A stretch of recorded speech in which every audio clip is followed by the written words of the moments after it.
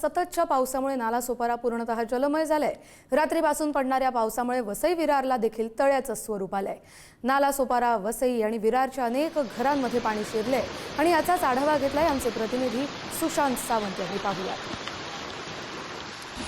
पावसामुळे वसई, विरार, नालासोपारा परिसर जो आहे तो पूर्णतः पाण्याखाली गेलेला आहे। आपण जर बघितलं असाल माझ्या बाजूला ही दृश्य, अर्थात हा नालासोपारा पश्चिमेतील मदरमेरीचा रस्ता आहे। मात्र या ठिकाणी जर पाहिलात तर पूर्णतः कमरे एवढं पाणी साचलेलं आहे। आजूबाजूच्या घरांमध्ये देखील पाणी साचलेलं आहे। इथले नागरिक जे आहेत ते आता बाहेर येऊन जे अडकलेले आहेत, जे कामावर जात होते मात्र ते कामावर जाऊ शकले नाही, त्यांना आता घरी सोडण्यासाठी हे सगळे तरुण जे आहेत ते या ठिकाणी उपस्थित आहेत। मात्र आपण बघितलं असेल तर दरवर्षी अशा पद्धतीने पावसाळा येतो आणि अशा पद्धतीने इथे पूर परिस्थिती जी आहे ती निर्माण होते।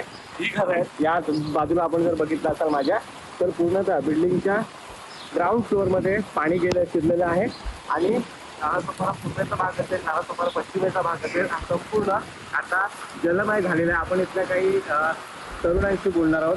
काय सांगाल, कधी रात्रीपासून पाऊस पडतो, ही परिस्थिती दरवर्षीची आहे?